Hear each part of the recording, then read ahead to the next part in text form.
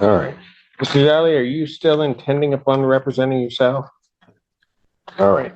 I do have to apprise you that in this matter, you were charged with 2 offenses versus criminal sexual conduct in the 4th degree. Well, 2 counts of criminal sexual conduct in the 4th degree.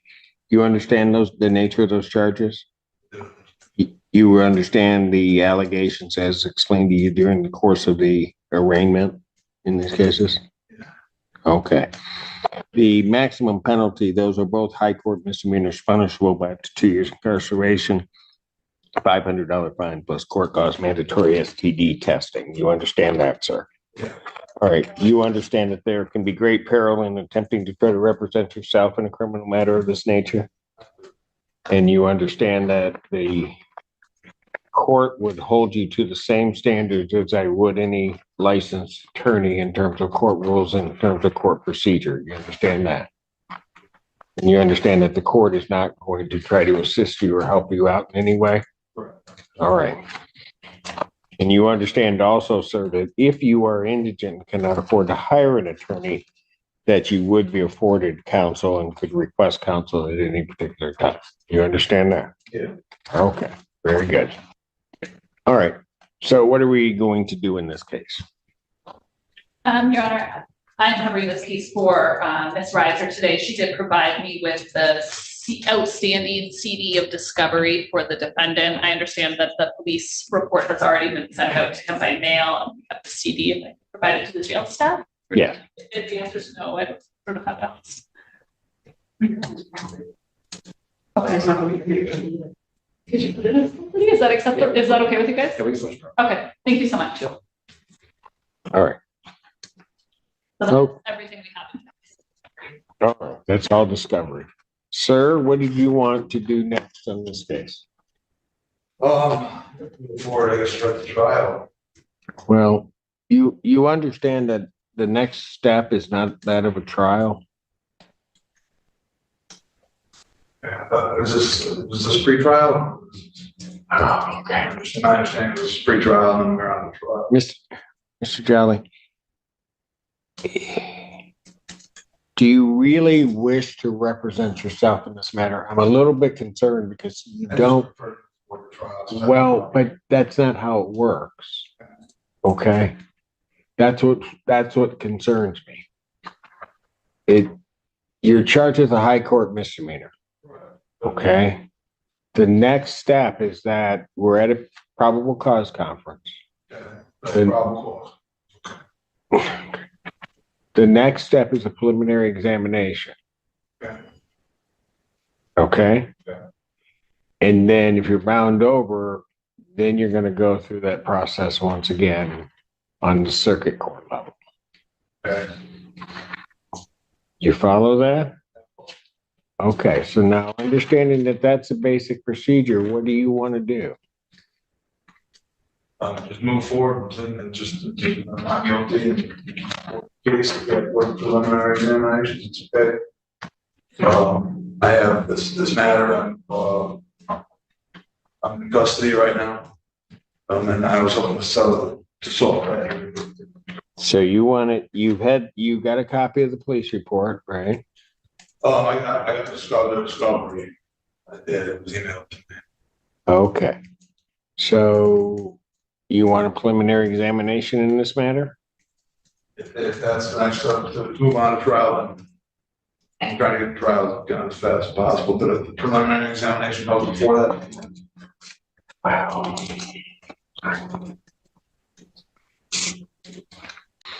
Set preliminary examination for April 23rd, 2024, 9 a.m. That will be before me. That's in person. In this matter, with the custody, because it's been. Pardon? The other day I went to the arraignment. I was hoping that to get released, but there was I had to come here first. Kind of get released through that. What do you mean you? He was arrested. My office had a new warrant request for him from the University of Michigan. It was for trespass and for violating the conditions of Your Honor's bond and that you said in this file. He has historically been trespassed from the University of Michigan libraries numerous times. He was again there, which is where he was Nice, on April 5th, 2024. He was publicly looking at inappropriate photos of women in the school library, and other people were able to see what he was doing. He was reported when the police came. They recognized him. They recognized him as the person that they had trespassed times. The report indicates that his shirt was open, exposing his chest, and that his pants were pulled down, but that his genitalias were not exposed as far as they saw. Certainly this is the CSC.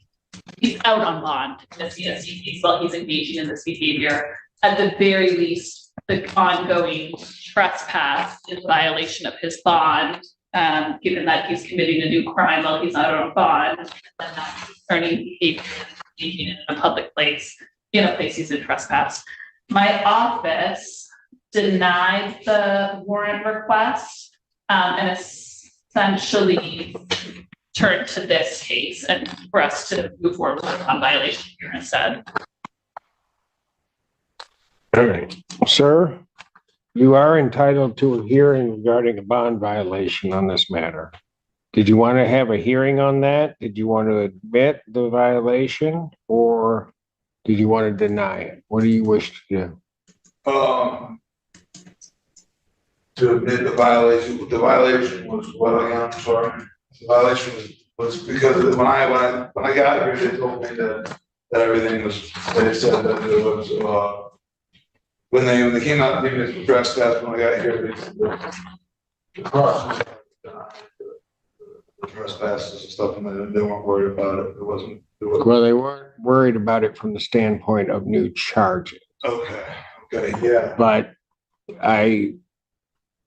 my understanding is that the prosecutor doesn't want you released because what the conduct that's alleged to have occurred is a violation of the condition of bond on this case.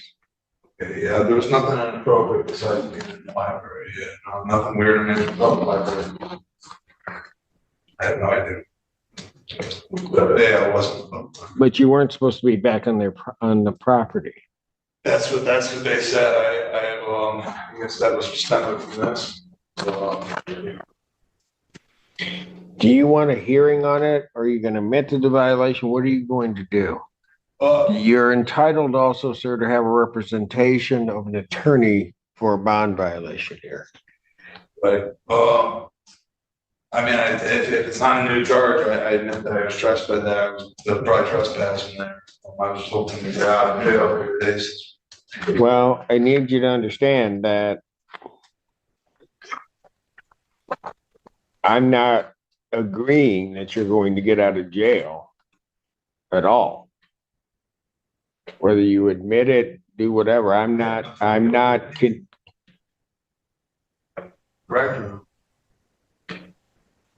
Well, you just admitted to the violation. That's why I'm worried about you not having an attorney. Just you admit to the violation of being on University of Michigan property, correct? Okay, so that's why I'm worried about you not being represented by an attorney. Because that's a violation of the bond conditions that I set in the case involving the criminal sexual conduct. In a public library, I've never been there before. I wasn't aware that I wasn't allowed to be in a public library. I've never been in the building before.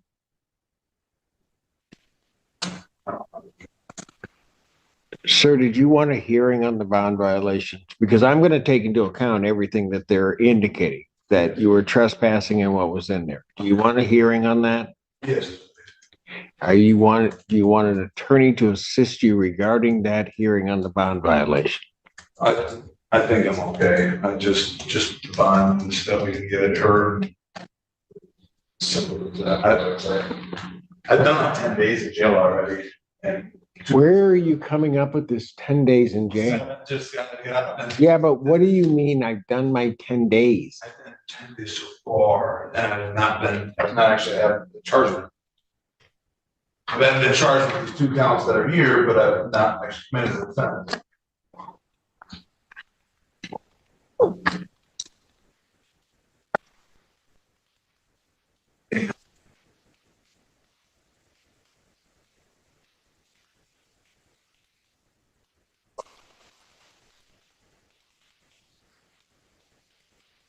Okay, but sir, you understand that the criminal charges that are here, that your release on those criminal charges, there were certain conditions regarding your release. Right, that's what they're telling me. Correct. In certain places you couldn't go, you couldn't leave the state of Michigan, no alcohol, all of that stuff, right? So I'm doing the best I can. I've been 2 months without a problem. Doing the best I can. Okay, but now I have I have a trespassing, which is a violation of the conditional, your release. And I could, if there's a violation of the conditions of your release, I could certainly let you out. I also could just hold you until this matter gets resolved. You understand that? And now you want a hearing on that. And that's fine. I don't have a problem if you're going to have a hearing on it. But then the issue becomes, are you going to try to handle this hearing yourself? Or are you going to want an attorney to assist you with that? I understand that you want to move forward, but there's going to be a hearing that's going to determine whether or not you're in custody. Pardon? As soon as possible. Well, I haven't set a date. I'm trying to figure out how you want to proceed on it. Just like I said, I'm just doing my best to live my life. Sir, I understand all of that. Listen closely to my question. This hearing on the conditional bond violation could determine whether or not you're in custody or you're released with other conditions or not, pending the further proceedings in this case. Bottom line, I could come to the decision, okay, well, I'm going to let him out, put conditions on you and you walk out. Or I could come to the decision, no, he's going to be held on this case. I'm going to I'll give him a bond of some type, but he's going to be held. Okay, but you understand what I'm saying? Yeah. You'd be held. That's what's at stake. Yeah, just hope to get out as soon as possible. So I just like to move forward. Well, I understand that, but follow what I'm saying to you. You say you want a hearing. My question to you is, are you going to try to do this hearing yourself, where one side of it, you might get released, the other side of it is you might be locked up for the remainder of this case? Do you want to try to do that yourself, or do you want the assistance of an attorney to help you through that process?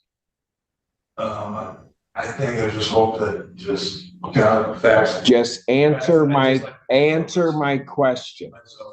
Yeah, just You're gonna handle it yourself. God's hands, hope that everything. Okay, but you're going to handle it yourself. How soon could we have witnesses available for a bond violation here?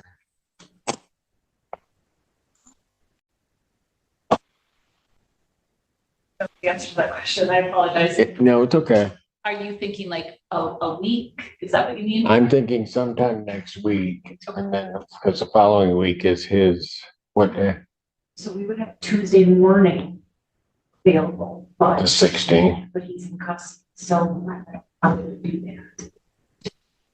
Because that's pretty much he's in custody. Once we did it, What, I got stuff Tuesday afternoon.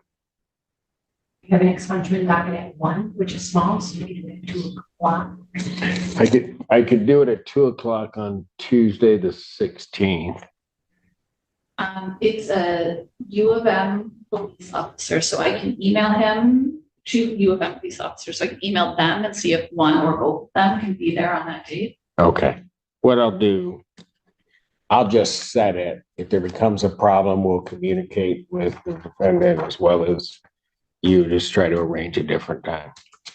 So set a bond violation hearing, April 16th, 2024 at 2 p.m. At 2 p.m.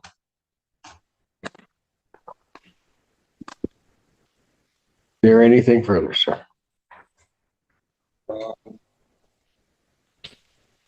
With the bond, yeah, that'll all be discussed as part of the tender condition. Because this time, I think, this will be 10 days, it'll be like 15 days, and by the time that happens, I was hoping that would count for something, as far as the conditions of my bond. I can't afford cash bonds, or something, just write a PR on them, maybe sign that, got it, I don't know what you're asking me. If the tether situation could be addressed on the same day.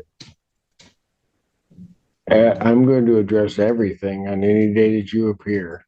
So if the tether is part of the condition of your bond, which at this point you're in violation of, I've set a hearing for the 16th to determine whether or not there was a violation. But the allegations are there that there was a violation. The following week, you're set for preliminary examination on the charges. Okay, so, all right. I'm going to assume that there's nothing else. Bond will remain revoked. Thank you. In this hearing, the court addressed the case of a defendant charged with 2 counts of criminal sexual conduct in the 4th degree, both classified as high court misdemeanors, carrying potential penalties of up to 2 years of incarceration, fines, court costs, and mandatory STD testing. The judge conducted a thorough inquiry to ensure the defendant fully understood the nature of the charges, the seriousness of the allegations, and the significant risks associated with representing himself. Despite repeated warnings that the court would hold him to the same standards as a licensed attorney and would not provide assistance during proceedings, the defendant insisted on proceeding without counsel while acknowledging that he could request an attorney at any time. The court confirmed that discovery had been completed and provided, then clarified procedural steps, explaining that the case would move through a probable cause conference and a preliminary examination rather than directly to trial.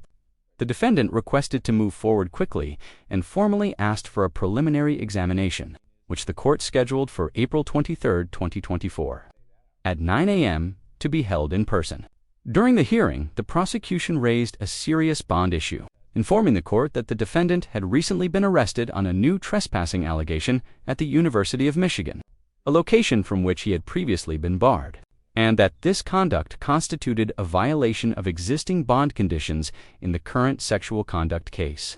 The prosecutor detailed reports alleging that the defendant was found in a university library, engaging in inappropriate behavior, and that law enforcement recognized him due to prior trespass incidents. Although the prosecutor declined to authorize new charges, the matter was brought before the court as a bond violation. The judge explained that the defendant was entitled to a bond violation hearing and to legal representation for that hearing, but the defendant admitted to being present on prohibited property while minimizing the seriousness of the conduct. The court repeatedly emphasized that admitting a bond violation without legal counsel was risky and could result in continued incarceration, stricter bond conditions, or complete revocation of bond. After extensive clarification, the defendant elected to proceed without an attorney and requested a hearing. The court scheduled the bond violation hearing for April 16, 2024. At 2 p.m., noting that testimony from university police officers would be required. The judge explained that the outcome of that hearing would directly determine whether the defendant remained in custody or could be released under modified conditions, and further clarified that bond issues and custody status would be addressed at future appearances. The court concluded by confirming that the defendant's bond remained revoked pending the bond violation hearing, and that the preliminary examination on the underlying charges would proceed as scheduled. Your Honor, I'll address this right now. We have no excuses. We will not, Mr. Allen, and will never mislead this court. She takes full responsibility for her actions. She thanks this court for allowing her to remain out of custody and to continue to test. You have been fair with her. You've been sympathetic with her. She sincerely apologizes for her actions. I hope the court sees that there is something to be said about her appearance here today to take responsibility. And this is her first positive test since her very first test back in November. well, except for the fact that I have abnormal creatinine I know, throughout all of these tests. yes, Your Honor, that is absolutely true. I don't know what the creatine is. I don't know what could cause But creatinine, whatever. I don't know what that is. But I do know what cocaine is, and that is, okay, well, I don't know if you should say that out loud, but go for it. I do know that she did test for cocaine on her last attempt on the 9th, and the last time she's I tested. will usually see abnormal creatinine so that you know when somebody is masking a test. Not always the case. So you can place in perspective that I have this test, abnormal creatinine, and then finally it almost appears wasn't masked enough and the cocaine gets picked up. Understood, Your Honor. We've been doing this for enough time to know that. I just want to let you know. You have been doing it, or are you saying me? You, Your Honor. Oh, I know. so now you're calling me old. Go for it. Oh, Keep going. You're doing well. didn't mean to do that. Your Honor, I just would ask this court any leniency possible. I know you know her situation.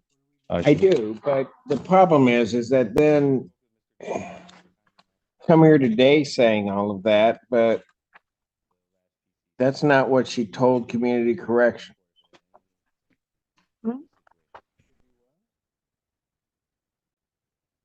Well, Your Honor, She denied use to community correction.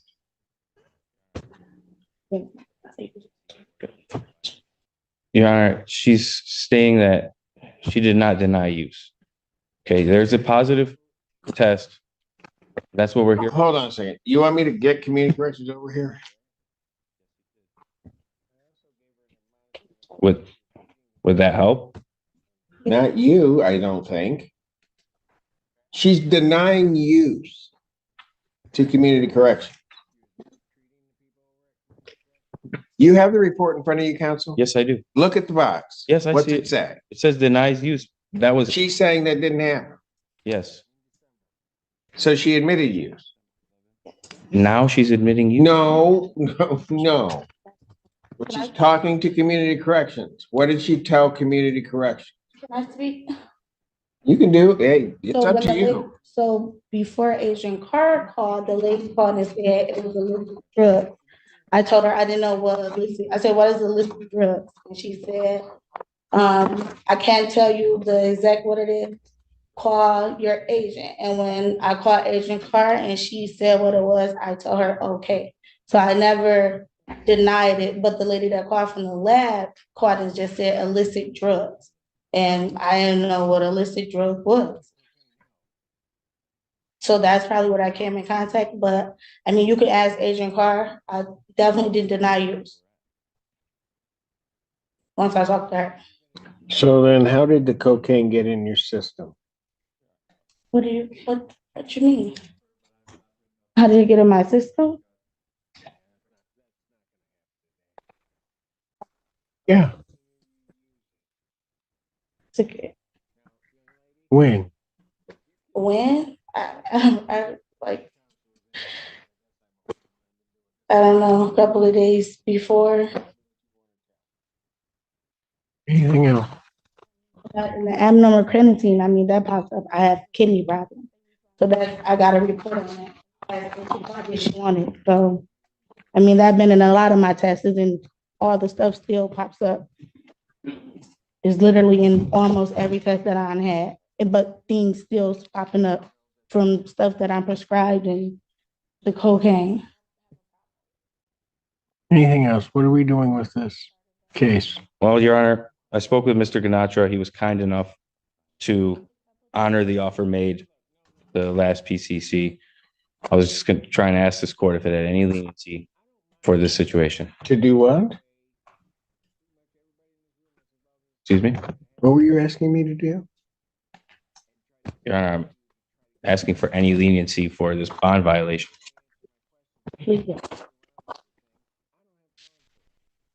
Okay, so on March 14th, she was here. I told her no more missed tests, right? Yes, you did. I also gave her an admonishment about how she was treating the people. I'm trying to think at what date I had to do that.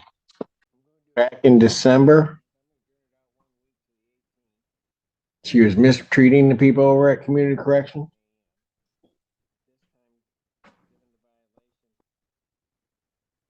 That'd be the 11th. In December. Yeah. December 11th, bond violation. And then don't make it a few months. And then I have to tell her, don't miss tests. And then she tests positive. Your Honor, She just seems to do what she wants to do herself. you wanted me to let you know that she's struggling. And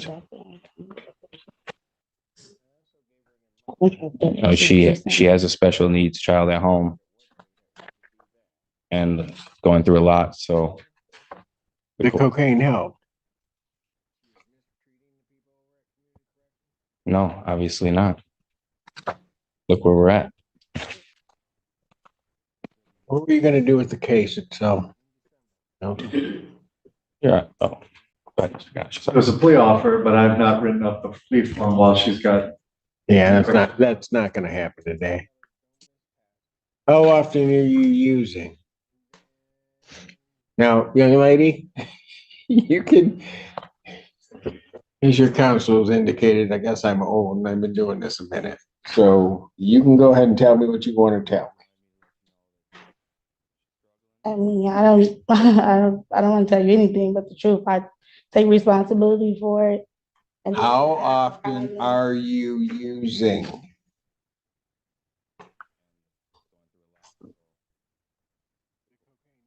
Like, you want to, like, is it an everyday thing? I don't know that that's a hard question.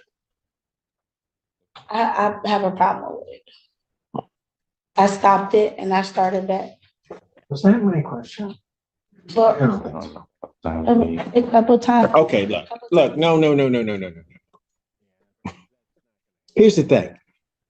I don't mind trying to find a way, pretty much everybody in this room that's involved in the system, try to have you work this out and try to assist you to try to get past something. But if you don't want to answer my questions, you want to skate around everything, I don't have time for it. So here's what I'm going to do. Probably a couple of times a month. Well, now you want to answer me, right?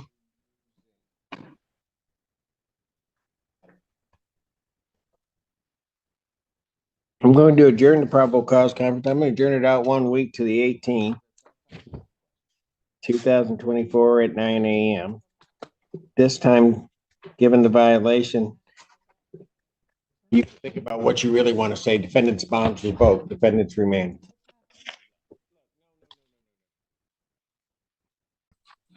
Tariq Samar.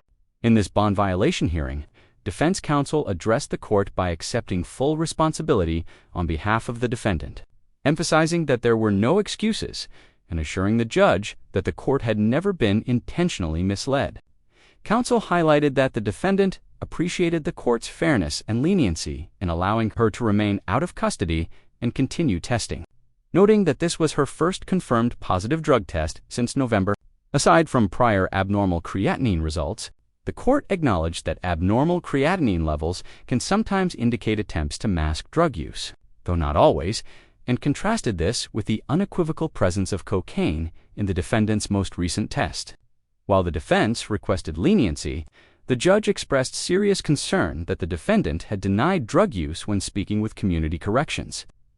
Despite the positive result, the defendant attempted to clarify that she did not understand the term illicit drugs when initially contacted by the lab and claimed she did not knowingly deny cocaine use once she learned what substance was involved. When questioned directly by the court about how cocaine entered her system, the defendant admitted to using cocaine a few days prior and acknowledged an ongoing substance abuse problem, explaining that she struggles with relapse despite attempts to stop.